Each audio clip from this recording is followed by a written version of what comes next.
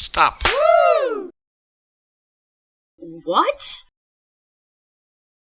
Welcome to Reality Folktales TV. This channel is built on real human emotions, real choices, and real consequences. Our stories are thoughtfully created with the help of AI, guided by human values, insight, and intention. Please like, share, and subscribe. Let's go. The slap echoed through the garage like a gunshot, and in that single moment, Edith Romano destroyed her entire world without even knowing it. Rain hammered against the corrugated metal roof as she stood there, her chest heaving, her designer heel grinding into a puddle of motor oil. The mechanic stumbled backward, his trembling hand rising to touch the red mark blooming across his weathered cheek. Blood trickled from where her ring had caught his skin. She didn't apologize. She didn't even blink. Instead, she pulled out her phone. "Let me show my 10 million followers," she hissed, her voice dripping with venom. "What happens when incompetent people touch things they can't afford to replace?" The mechanic said nothing. He just looked at her with eyes that held something she couldn't quite name. Not anger, not even hurt, something deeper, something that should have made her stop. But Edith Romano had built an empire on never stopping, never apologizing, never showing weakness. She pressed record. "Look at this," she said to the camera, her perfectly painted lips curled in disgust. "This filthy creature just ruined a $50,000 handbag. Look at his shaking hands.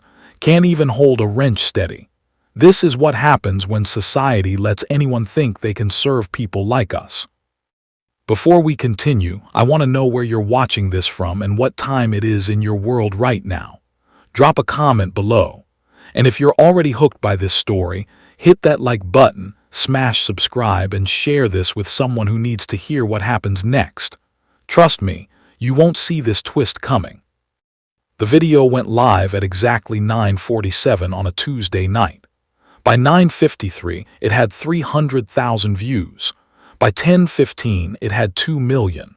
By midnight, the entire world knew Edith Romano's name, but not in the way she'd planned.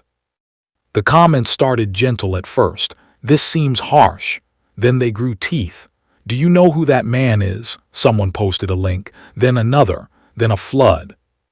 Edith sat in her penthouse, champagne glass in hand, watching the numbers climb. She smiled.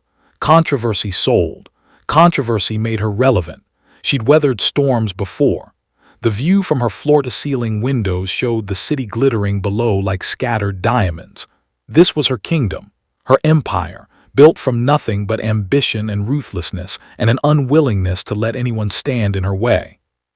She'd grown up poor, not struggling poor but genuinely destitute poor, government cheese poor, wearing the same shoes until her toes poked through poor. She'd clawed her way out of that life with bloody fingernails and an iron will. She'd promised herself she'd never be looked down on again, never be dismissed, never be the person someone else wiped their feet on. So she became the person who did the wiping. Her phone buzzed, her publicist. She ignored it, buzzed again. She ignored it again. The third time she answered with irritation crackling through her voice. "What? Edith, take it down. Take it down right now." "Why would I do that? We're trending worldwide." "Because that mechanic is Elias Bennett." The name meant nothing to her. She said so, taking another sip of champagne, already mentally drafting tomorrow's follow-up post. Her publicist's voice dropped to a whisper. "He's a decorated war hero, 3-tour, saved 17 men from a burning vehicle. The president gave him a medal. His hands shake because of combat trauma, Edith, and you just him filthy and mocked his injury to 10 million people." The champagne glass slipped from her fingers. It shattered against marble, golden liquid spreading like guilt across white stone.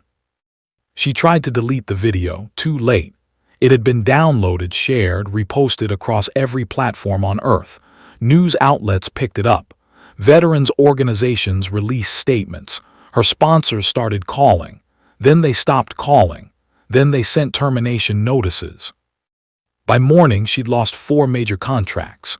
By afternoon, her flagship store in Manhattan had protesters outside, their signs calling her every name she'd ever called anyone else. By evening, her board of directors called an emergency meeting. The words "hostile takeover" slithered through the conference room like poison. Dominic Ashford sat at the head of the table, fingers steepled, eyes cold. He'd been waiting for this moment, waiting for Edith to stumble. He was old money, inherited wealth, the kind of man who'd always resented that a girl from the projects had built something bigger than his family's legacy. Now he had his opening.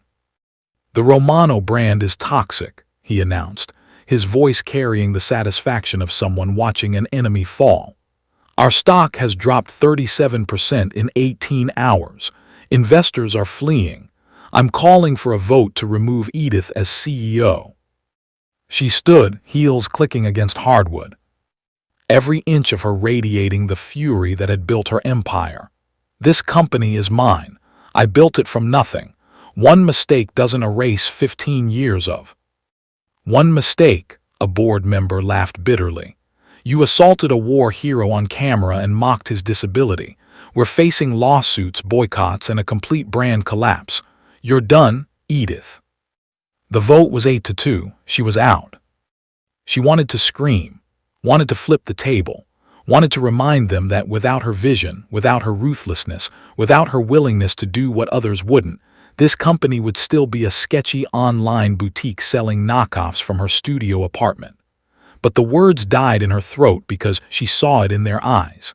They'd been waiting for this, waiting for her to fall so they could pick apart her empire like vultures on a carcass. She left the building through a service entrance, photographers swarming like locusts. Someone threw coffee on her coat, the stain spreading across white cashmere like accusation. Someone else spat. Security pushed her into a car, but their faces held no sympathy. She'd treated them like furniture for years, barely acknowledging their existence. Now they were furniture that smiled at her downfall. Her lawyer called that night. Victoria Chen, the only person in her life who'd stuck around through every scandal, every controversy, every burned bridge. "There's one option, Aegis Global. They're a private equity firm, very selective, very powerful. If anyone can stop this takeover, it's their CEO. But Edith, he doesn't take meetings. He's a ghost. Nobody even knows what he looks like.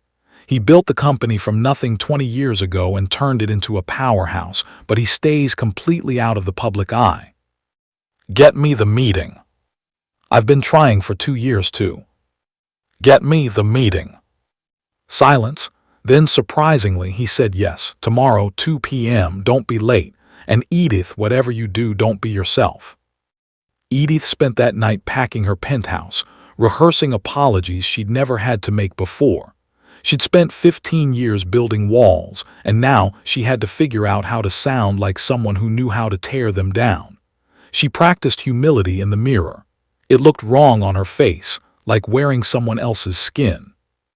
The Aegis Global building rose from the city like a glass knife, cutting into gray November sky. Edith walked through revolving doors into a lobby that whispered wealth so old and deep it didn't need to shout. Everything was understated, elegant, powerful in its restraint. It made her own flashy aesthetic look cheap by comparison. Her heels clicked against Italian marble. Security nodded her through without checking ID, which meant they'd been expecting her, which meant someone had sent her photo ahead of time. The elevator climbed 63 floors in silence so complete she could hear her own heartbeat, rapid and frightened in a way she hadn't felt since childhood. She'd prepared her pitch. She'd rehearsed her humility. She'd worn her most conservative suit, navy blue instead of her signature blood red. She was ready to grovel, to promise anything, to rebuild her empire no matter the cost. Pride was expensive. She couldn't afford it anymore. The elevator doors opened onto a penthouse office with floor-to-ceiling windows overlooking the city. Rain streaked the glass, turning the view into a watercolor of gray and shadow.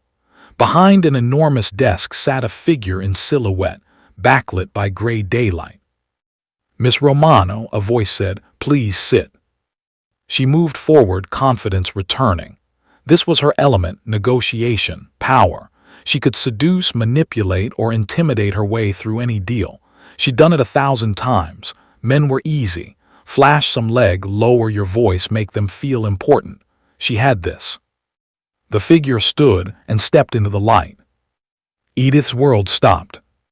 It was him, the mechanic, but not the mechanic. The grease was gone. Replaced by a Tom Ford suit that probably cost more than the car she'd abandoned in his garage. The trembling hands were the same, but now they held a crystal tumbler of scotch that caught the light like amber fire. The cut on his cheek where her ring had torn skin was still visible, a thin red line against weathered skin. "You," she whispered. "Me," Elias Bennett agreed. His voice was quiet, controlled, nothing like the silence he'd held in that garage. Surprised. She couldn't speak, couldn't breathe. Her mind spun through impossible calculations. This man, this nobody with shaking hands and oil-stained coveralls, was the CEO of Aegis Global, the man who controlled billions, the man who could save or destroy her with a single word. "Sit down, Edith." She sat not because she chose to, because her legs gave out. Elias moved to the window, hands clasped behind his back. The tremor was visible even from across the room, a constant reminder of whatever had broken inside him. "I imagine you're wondering why I agreed to this meeting, why I didn't sue you for assault, why I didn't press charges, why I didn't use my considerable resources to grind you into dust. I'm sorry, I didn't know who you." "Stop," the single word cut like wire. "Don't apologize for not knowing who I was. Apologize for what you did, because you would have done the same thing to any mechanic, wouldn't you?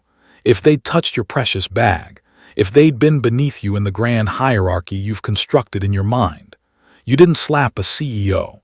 You slapped a human being whose hands shake because he pulled burning men from a truck in Kandahar while mortars fell around him. You mocked someone's disability and called them filthy because they worked with their hands instead of sitting in boardrooms." Tears burned behind her eyes. She blinked them back. Edith Romano didn't cry, not in front of enemies. Crying was weakness, and she'd spent her entire life eliminating weakness the way you'd eliminate rot from wood. "But that's not why I'm here," Elias continued, his voice carrying a weight she didn't understand yet. "I could destroy your company. I could make sure you never work again.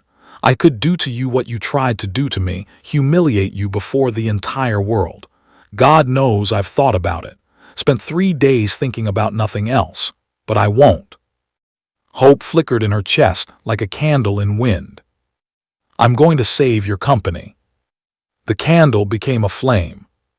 "But there's a condition, a non-negotiable condition." The flame wavered. Elias turned to face her fully. His eyes held that same something she'd seen in the garage, that depth she couldn't name. Now she recognized it. Sadness. An ocean of sadness so deep it had no bottom, filled with drowning things that would never surface. "Do you know why my hands shake, Edith?" She nodded. "Combat injury. You saved your platoon." "That's part of it, but there's more." He set down his scotch and moved closer, close enough that she could see the scars on his knuckles, the silver threading through dark hair, the lines around his eyes that spoke of sleepless nights stretching back years. 12 years ago I had a son, Daniel. He was 7 years old, bright, funny, loved dinosaurs and baseball and asking questions I couldn't answer. He wanted to be a paleontologist, had books about fossils stacked beside his bed. Used to make me quiz him on Latin names while I tucked him in at night. Edith's hands went cold. "One morning he woke up with a headache, said his neck hurt. I thought it was just sleeping wrong, you know. Kids get headaches. I gave him children's medicine and sent him to school. By lunch, the school nurse called. By afternoon, he was in the emergency room. By evening, he was in a coma. Brain aneurysm. Massive. Inoperable. The kind of thing that happens to one kid in a million, and somehow my kid was that one." No, the word formed in her mind but couldn't find her lips. "The doctors gave him hours, maybe a day. They said his brain was already gone, that the machines were just keeping his body alive, and then they asked me. They asked if I would consider donating his organs. Elia's voice cracked. For the first time, the carefully controlled mask slipped, revealing raw grief underneath. He was 7 years old. He still had baby teeth. He still slept with a stuffed elephant named Peanut. He still believed in the tooth fairy, even though his older friends told him it was fake. And I had to sign papers saying they could cut him open and take his heart. Edith's hand moved unconsciously to her chest. His mother had died 2 years earlier, cancer, so it was just me in that room holding his hand while machines beeped and hissed, just me making the decision that would end my son's physical presence in this world. The chaplain talked about how Daniel could save lives, how his death could give others a chance, how it was a beautiful, noble thing, but all I could think was that I wanted my son. I wanted him to wake up and ask me about dinosaurs. I wanted to hear him laugh. I wanted more time. Tears rolled down Edith's face now, silent and unbidden. But I signed the papers, because Daniel was kind. Even at 7, he was the kind of kid who gave his lunch to other kids who forgot theirs, who cried when he saw homeless people and asked why we couldn't just give them our extra room, who wanted to grow up to dig up dinosaur bones so people could learn about the past. He would have wanted to help, so I let them. Elia's hands shook harder now, trembling like leaves in a storm. I held him while he died, felt his heartbeat slow under my hand, felt it stop. And then they took him away, and I went into the waiting room, and I sat there for 6 hours while they harvested his organs, and my hands started shaking. They've never stopped. Edith couldn't breathe. The room tilted. Reality shifted like sand beneath her feet. They told me his heart went to a young woman, 28 years old, fashion designer, viral cardiomyopathy. She'd been on the transplant list for 2 years. Without that heart, she would have died within weeks. They said she was talented, driven, had her whole life ahead of her. They thought it would comfort me, knowing my son's heart was keeping someone like that alive. The world narrowed to a pinpoint, to the scar beneath her left breast, to the heartbeat that wasn't hers, that had never been hers. "No," she whispered. "I didn't know it was you until I saw your face in my garage, until I heard your voice." The foundation that coordinated the donation sends annual letters. They don't give names, but they give details. Fashion industry, New York, age 28 at time of transplant, viral cardiomyopathy. And there you were, 12 years later, alive because my son died. Alive because I made the hardest choice any parent could make. Tears spilled down her cheeks now, ruining her makeup, and she didn't care. Didn't wipe them away. Just sat there while her entire understanding of her own life shattered and reformed into something unrecognizable. You're alive because of Daniel. That heart beating in your chest, keeping you alive while you mock disabled veterans and assault working-class people and build empires on cruelty, that's his heart. My boy's heart. And you used the life it gave you to become this. She wanted to defend herself, to explain that she'd built her success through hard work and vision and sacrifice, that she'd clawed her way out of poverty, that she'd suffered too. But the words died in her throat because he was right. Every cruel word she'd spoken, every person she'd stepped on, every moment of callous disregard for anyone she deemed beneath her, it had all been powered by a heart that didn't belong to her.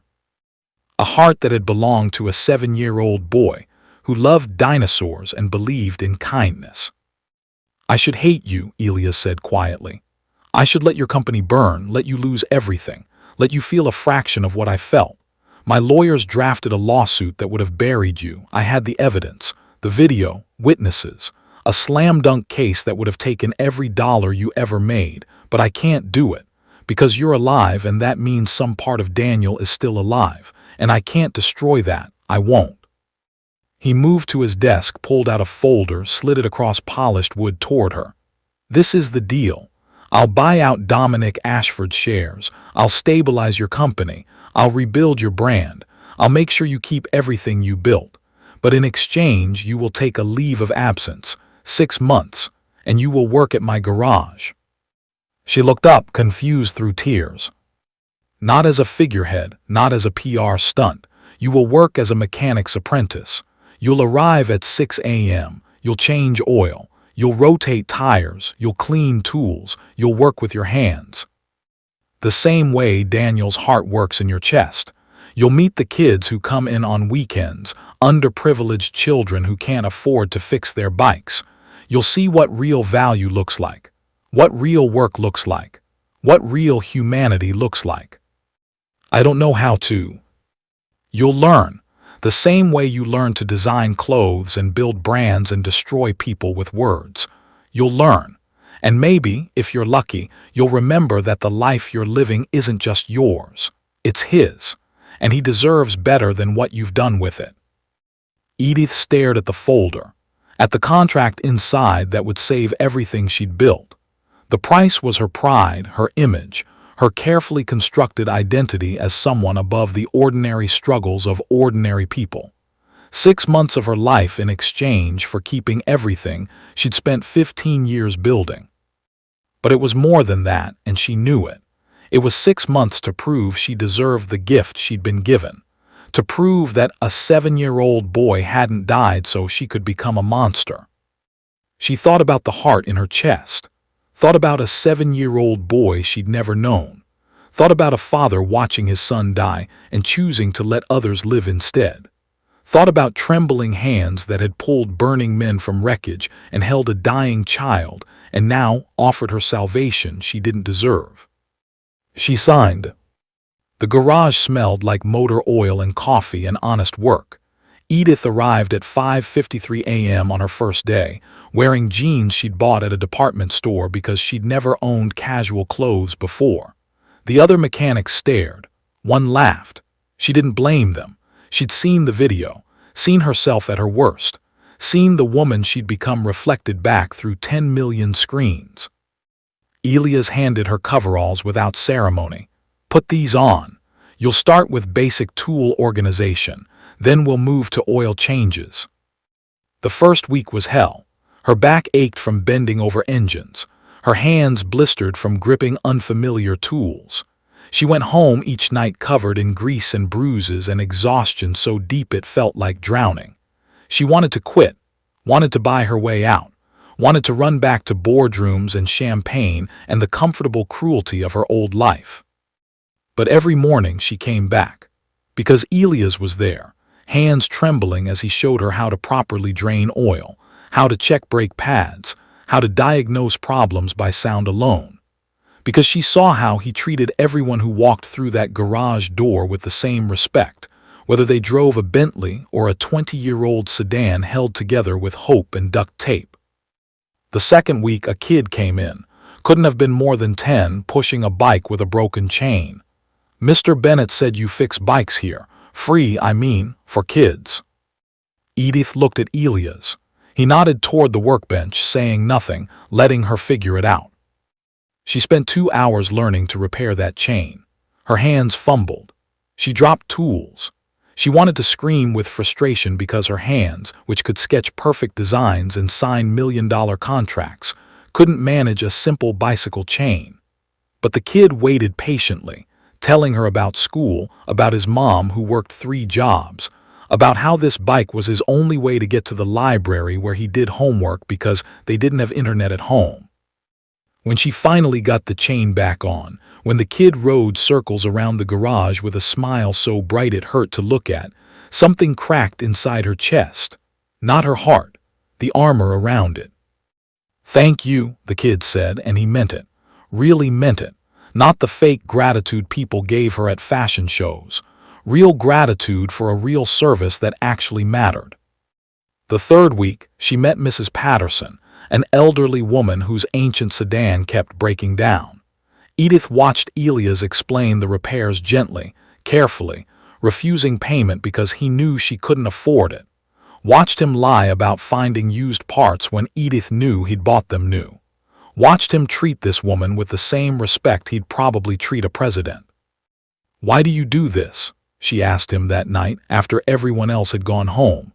They sat in his office, both covered in grease, drinking bad coffee from styrofoam cups. It was the first time she dared ask him anything personal. "Because Daniel would have wanted me to," Elias said simply.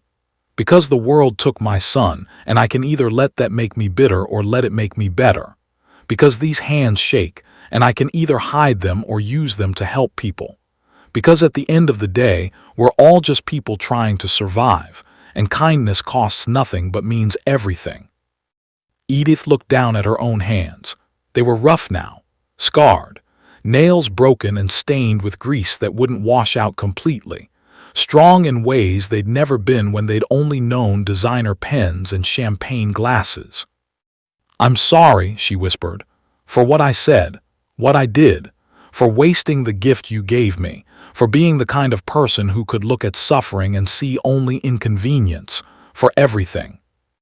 "I know," Elias said, "but sorry isn't enough. You have to be different, actually different. Not because a video went viral or your company almost failed. Different because you understand now that every person you meet is carrying weight you can't see, fighting battles you don't know about, deserving of dignity and respect regardless of their bank account or their job title or whether their hands shake." She nodded. Tears fell into her coffee, making ripples. The months passed like pages turning in a book she'd never read before. Edith learned to change oil, rotate tires, diagnose engine problems by the sound of a cough or sputter. She learned the names of every kid who came in with broken bikes. Tommy, who wanted to be a doctor. Lisa, who wrote poetry in a notebook held together with rubber bands. Marcus, who taught himself guitar from YouTube videos. Each one a universe of potential wrapped in poverty and hope. She learned that the mechanic who'd laughed at her on day one, Jake, was putting his sister through medical school, working double shifts and sending her every extra dollar. That the woman who cleaned the waiting room, Maria, was a former engineer who'd fled a war-torn country and was slowly, painfully rebuilding her life one minimum wage hour at a time. That every person in that garage had a story, a struggle, a dignity that deserved respect. And slowly, painfully, like bone healing after a break, she learned to be human again. She learned to listen instead of talking, to ask questions instead of giving orders, to see people not as useful or useless but as people, complex and struggling and doing their best.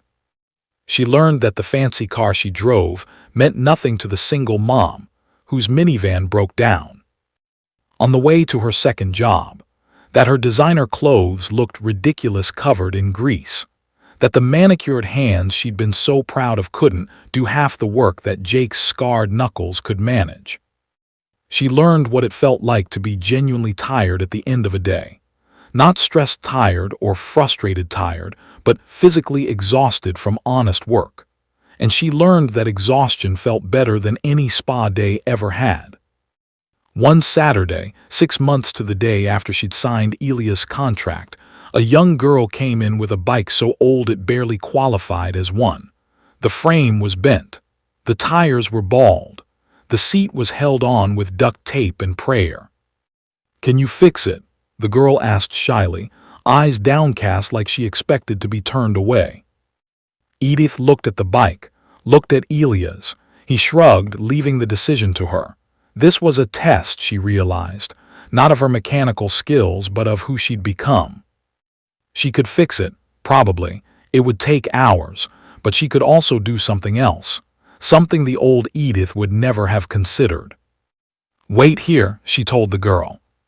She left the garage, drove to a bike shop 3 blocks away, bought the best children's bike they had. Bright purple with streamers on the handlebars and a bell that actually rang. She loaded it into her car and brought it back. The girl's eyes went wide as moons. "But I can't afford." "It's a gift," Edith said, and her voice broke slightly. "From someone who learned that the best things in life aren't the ones we buy for ourselves, they're the ones we give away." The girl rode away, joy incarnate on 2 wheels, and Edith stood there watching until she disappeared around the corner. She felt lighter, like she'd put down weight she'd been carrying so long she'd forgotten it was there. Elias walked up beside her. "Your 6 months are up tomorrow, your company is stable, stocks recovering. Dominic Ashford sold his shares at a loss. You fulfilled your contract. You can go back now. Edith looked around the garage, at the tools she'd learned to use, at the people she'd learned to know, at the life she discovered beneath the wreckage of her old one, at the calendar on the wall where someone had drawn a smiley face on every Saturday, marking the days the kids came in. What if I don't want to go back? Elias raised an eyebrow. I mean, I'll go back to the company. I need to fix what I broke, but differently, better. I want to redirect 20% of profits to veterans organizations. I want to start a program hearing people with disabilities. I want to use the platform I built for something other than selling handbags to people who don't need them. She paused, the words feeling strange but right in her mouth. And I want to keep working here. Weekends, maybe. Keep helping the kids. Keep remembering who I almost became, who I don't want to be again. For the first time since she'd walked into his penthouse office, Elias smiled. It transformed his face, made visible the man he might have been if grief hadn't carved valleys into his features. For just a moment, she could see the father who'd tucked his son in and quizzed him on Latin names. I think Daniel would have liked that, he said quietly. Edith felt the heart in her chest beat steady and strong. Not her heart, Daniel's heart. A gift she'd never asked for but had been given anyway. A second chance she'd almost wasted. A life she'd nearly thrown away on cruelty and pride and the empty pursuit of perfection that meant nothing. She thought about the boy she'd never known, 7 years old, dinosaurs and baseball and questions without answers, a stuffed elephant named Peanut, a life cut short but not ended, still beating, still giving. Still teaching, even 12 years after death, that the measure of a life isn't what you take but what you give. That night she went home to her penthouse. It looked different now. All the expensive furniture, the designer everything, the carefully curated perfection. It looked empty, hollow, like a museum to someone she didn't want to be anymore, like a tomb she'd been living in without realizing she was already dead. She spent the weekend giving most of it away. Not for tax breaks or PR, just because she didn't need it, because somewhere someone else did, because a 7-year-old boy had taught her that the only things worth keeping are the ones that make you better. She kept one thing, a photo Elias had given her of Daniel, 7 years old, gap-toothed smile, holding a plastic dinosaur. She put it on her nightstand where she'd see it every morning, a reminder of whose heart kept her alive, whose kindness powered her second chance. Monday morning, she walked into Romano headquarters for the first time in 6 months. The staff stared. She didn't blame them. She looked different, dressed different, carried herself different. The old Edith had worn armor. This one wore just skin, vulnerable but real. We're making some changes, she announced at the board meeting. Major changes, and if you don't like them, you're welcome to leave. But know that this company will no longer exist to make rich people feel superior. It will exist to create beauty that's accessible, to employ people who need second chances, to remember that fashion is supposed to make people feel good about themselves, not remind them what they can't afford. Nobody left. They'd seen the news, seen the interviews, seen the woman who'd gone from viral villain to working in a garage, learning humility the hard way. Seen genuine change instead of celebrity apology tour, and maybe they were curious. Maybe they wanted to see if it would last. The changes were dramatic. Romano shifted focus from pure luxury to accessible luxury. They still made beautiful things, but now they made beautiful things at multiple price points. They hired veterans, people with disabilities, second-chance employees who'd been turned away everywhere else. They partnered with organizations supporting working-class families. They started a scholarship program for underprivileged kids interested in design. The critics said she'd lost her edge. The old clients said she'd betrayed her brand. The stock dipped initially, and the whispers started that she'd gone soft, lost her touch, wasn't the same ruthless businesswoman who'd built an empire. But then something happened. People noticed. Real people.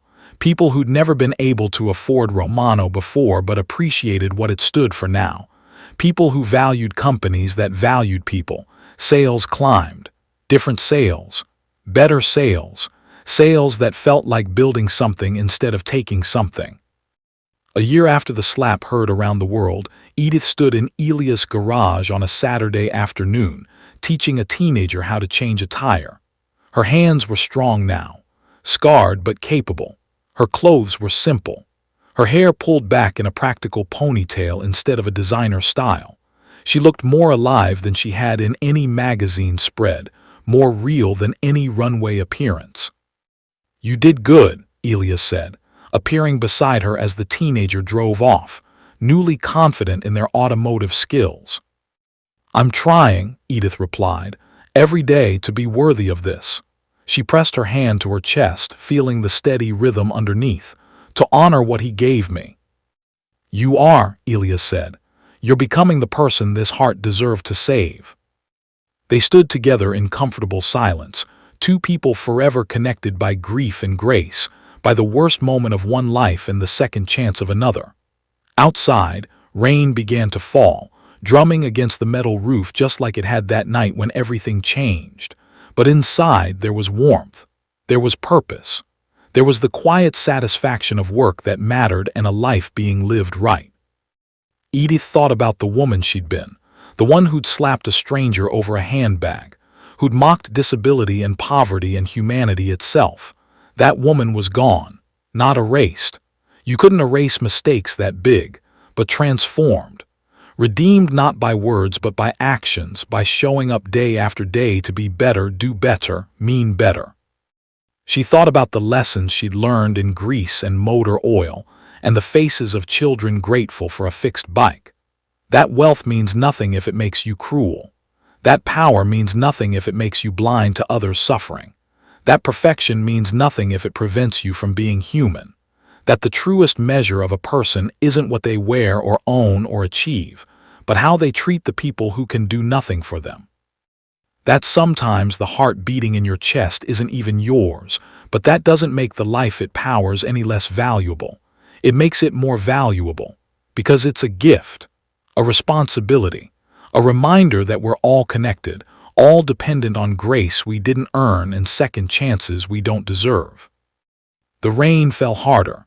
The garage smelled like honest work. Edith's hands were dirty. Her clothes were stained. Her empire was smaller but stronger. Her life was simpler but fuller. And the heart in her chest beat steady and true, carrying the memory of a 7-year-old boy who taught the world that even in death, we can choose to give life. A year turned into 2. The garage became as much her home as her penthouse. She split her time between boardrooms and brake pads, between fashion shows and fixing bikes. She became known not just for her designs but for her second chance hearing program, for her veteran employment initiative, for the scholarship that had sent 12 kids to design school so far. She started a foundation in Daniel's name. Every year on the anniversary of his death, she closed all Romano stores for a day of service.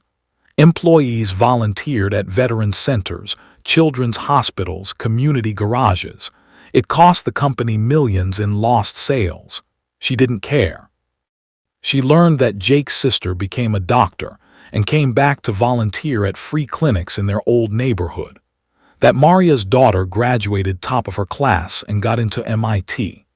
That Tommy, the kid who wanted to be a doctor, got a full scholarship to pre-med because of a recommendation letter Edith wrote after watching him fix bikes with the dedication of a surgeon. She learned that impact wasn't measured in runway shows or Instagram followers. It was measured in changed lives, in opportunities given, in dignity restored. Elias became not just her mentor but her friend.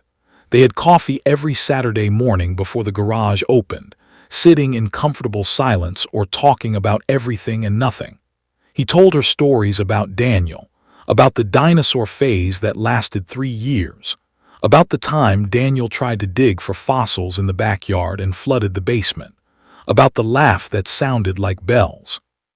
She told him about her own childhood, about the shame of poverty, about the mother who worked herself to death trying to provide, about the promise she'd made to never be poor again and how that promise had twisted into something ugly, about how she'd confused wealth with worth and power with value. "I understand why you became who you were," Elias said one morning, his trembling hands wrapped around a coffee cup. "Pain makes us do strange things, makes us build walls so high we forget there's a world on the other side." "Do the walls ever come down completely?" she asked. "I don't know, but I think the cracks let the light in, and maybe that's enough." 3 years after the slap, Edith stood in front of a crowd at a veterans benefit gala. She'd been asked to speak. The old Edith would have hired a speechwriter, rehearsed until perfect, delivered something calculated to maximize publicity. The new Edith just stood there with note cards she'd written herself, hands shaking slightly, and told the truth. "3 years ago, I was the worst version of myself," she said. "I'd built success on cruelty. I'd confused money with meaning. I'd forgotten that every person I met was human, deserving of dignity and respect. And then I met a man whose trembling hands held more strength than I'd ever known. A man who'd lost everything and chose kindness anyway. A man who taught me that the heart beating in my chest isn't mine. It belongs to his 7-year-old son who loved dinosaurs and believed in goodness. And every day since, I've tried to live like I deserve that gift." She looked out at the audience, saw Elias in the third row, tears on his weathered face, saw Jake and Maria and all the kids from the garage, dressed up for the occasion, saw the veterans who'd given her a second chance when they had every reason not to. "I can't undo what I did. I can't take back the cruelty or erase the harm, but I can do better. We all can. We can choose kindness over cruelty, service over selfishness. We can remember that the strongest people aren't the ones who never fall. They're the ones who fall and get back up and use their pain to help others rise." The standing ovation lasted 3 minutes. She stood there, tears streaming down her face, hand pressed to her chest where Daniel's heart beat steady and sure. After the gala, she and Elias walked through the city. Rain threatened but hadn't started yet. They passed the luxury store where she'd once spent thousands without thinking, past the garage where everything had changed, past the park where she now volunteered on Sundays, teaching underprivileged kids about design and possibility. "Do you think he'd be proud?" she asked quietly. "Daniel, if he knew what his heart was doing now, who it was keeping alive." Elias stopped walking, looked at her with those eyes that held oceans of grief but also, finally, small islands of peace. "I think he'd be happy that his heart is still kind. That's all he ever was, kind. And now you're kind too, so yes, I think he'd be proud."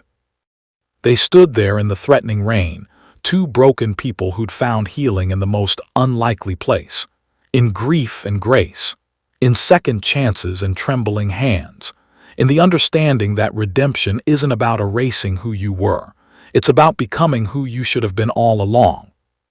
4 years after the slap, Romano launched a new line, not haute couture, work clothes, durable, affordable, dignified clothing for people who worked with their hands, for mechanics and janitors and construction workers and every person who'd been invisible to the old Edith.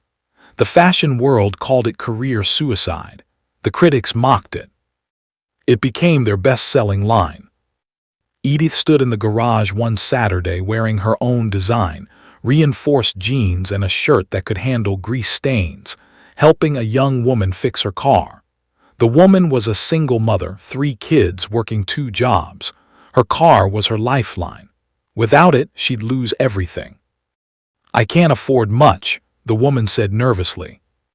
"It's free," Edith replied. "Someone once told me that kindness costs nothing but means everything. I'm just paying it forward." The woman cried.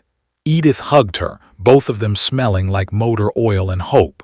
This was worth more than any fashion show, more than any magazine cover, more than any achievement the old Edith had chased. This was life, real life, the kind that mattered. 5 years after the slap, Elias got sick. Lung disease, probably from years of breathing in battlefield smoke and garage fumes. Edith visited him every day, brought him coffee, read him news about the garage, told him about the kids who asked about him, who missed him, who drew pictures for his hospital room. "I need to tell you something," he said one afternoon, voice weak but determined. "I was so angry when I saw that video, wanted to destroy you, wanted revenge. But then I realized something. Daniel's heart was keeping you alive, and if I destroyed you, what did that say about his gift? What did that say about the choice I made to donate his organs?" "You don't have to. Let me finish." His trembling hand reached for hers. "You became the redemption I needed, proof that his death meant something, that he saved not just your life but your soul. You gave me hope again, gave me a reason to believe that kindness wins. That's what I needed to tell you. Thank you." Edith couldn't speak through her tears, just held his hand and felt Daniel's heart beat strong in her chest, keeping her alive so she could be here, in this moment, giving back to the man who'd given her everything. Elia's recovered, not fully but enough to return to the garage part-time, enough to see the empire of kindness they'd built together, the kids they'd helped, the lives they'd changed, the proof that people could transform. Before we close this story, I need you to do something. If this story touched you, if it made you think or feel or see the world differently even for a moment, hit that subscribe button. Share this with someone who needs to remember that it's never too late to change. That cruelty can become kindness. That pride can become humility. That a life wasted can become a life worth living. Drop a comment telling me what lesson hit you hardest. Tell me where you're watching from. Tell me if you've ever gotten a second chance you didn't deserve. And remember, every day is a second chance. Every heartbeat is a gift. Don't waste it on being someone you'd be ashamed for your better self to meet. 6 years after the slap heard around the world, Edith sat in that same garage on a rainy Saturday afternoon. The rain drummed against the roof the same way it had that night when her old life ended and her real life began. She was teaching 3 teenagers how to change brake pads. One of them was headed to college on a Romano scholarship. Another had been rejected from 20 jobs before Edith hired them. The third was Elia's nephew, learning the family trade. Her phone buzzed, another viral video, but this time it was different. Someone had filmed her giving away that purple bike. The video had 40 million views. Comments flooded with people saying she'd changed their lives, saying they'd started volunteering, saying they'd started seeing people differently. She didn't care about the views, but she cared about the change. Cared that maybe, just maybe, one act of cruelty had transformed into a movement of kindness. That Daniel's death had rippled outward, creating waves of good that might never stop. Elia's appeared beside her, hands trembling as always, carrying 2 cups of bad coffee. "Storm's getting worse, might need to close early." "Or we could stay open," Edith suggested. "Someone might need help, someone might be stranded in the rain like I was." He smiled. "Yeah, let's stay open." They sat together in the garage office, watching rain streak the windows, drinking terrible coffee, listening to the teenagers laugh as they worked. 2 broken people who'd found wholeness in the most unexpected place. 2 lives forever intertwined by tragedy and grace. And in Edith's chest, Daniel's heart beat steady and strong, still giving life, still spreading kindness, still teaching the world that love is stronger than death, that redemption is always possible, and that sometimes the worst moments of our lives are doorways to becoming the people we were always meant to be. The story of Edith Romano and Elias Bennett teaches us that redemption isn't about erasing who we were, but about honoring what we've been given by becoming who we should be. That the truest wealth is measured not in what we accumulate, but in what we give away. That disability is not weakness, poverty is not failure, and every person we meet deserves dignity regardless of whether they can elevate or diminish us. That the hands that shake might be the strongest ones in the room, and that sometimes the heart beating in your chest carries a responsibility bigger than yourself, a call to live not just for you, but for the ones who gave you life when they could have chosen bitterness instead. The lesson goes deeper still. We learn that cruelty often comes from pain, that the people who hurt others are usually the ones hurting most. That transformation requires humility, the willingness to get your hands dirty, to start over, to admit you were wrong. That real change isn't a single decision but a daily choice to be better than yesterday. We learn that second chances are precious because they're undeserved. That grace is most powerful when it's extended to those who least deserve it. That forgiveness doesn't mean forgetting or excusing, but choosing to believe people can change and giving them the space to prove it. We learn that the work that matters most isn't the work that pays most. That impact isn't measured in dollars or followers or magazine covers. That a fixed bike for a poor kid might matter more than a runway show. That dignity given to the forgotten is worth more than praise from the powerful. We learn that our lives are interconnected in ways we can't see. That the choices we make ripple outward, touching lives we'll never meet. That a father's grief became a woman's redemption, became a movement of kindness that spread across the world. That death can create life in ways beyond the physical. We learn that strength isn't about never breaking. It's about what you build from the broken pieces. That trembling hands can do mighty work. That the veterans, the mechanics, the working poor, the people society overlooks might be the strongest among us. That we should never mistake someone's circumstances for their worth. So the next time you're tempted to judge someone by their appearance, their job, their circumstances, remember this story. Remember that you don't know what battles they're fighting, what losses they've endured, what grace they've extended to a world that didn't deserve it. And remember that every breath you take is a gift someone gave you, whether you know their name or not. Live like it matters. Live like you're grateful. Live like the person who sacrificed for your survival is watching, hoping you'll use this precious, fragile, beautiful life to make the world a little bit better than you found it. Because in the end, that's all any of us can do, and it's everything. The rain continued to fall on the garage roof. Inside, a woman with borrowed heart and scarred hands taught children how to fix things. Outside, the world kept turning. But for those in that garage, for those whose lives had been touched by tragedy transformed into grace, the world had already changed. One slap, one viral video, one moment of cruelty met with impossible forgiveness, one father's grief, one child's donated heart, one woman's redemption. And from those broken pieces, 1,000 lives rebuilt, 1,000 second chances given, 1,000 reminders that we're all just people, struggling and sacred, capable of both tremendous cruelty and transcendent kindness. The choice is always ours, every single day, every single heartbeat. Choose wisely. Choose kindly.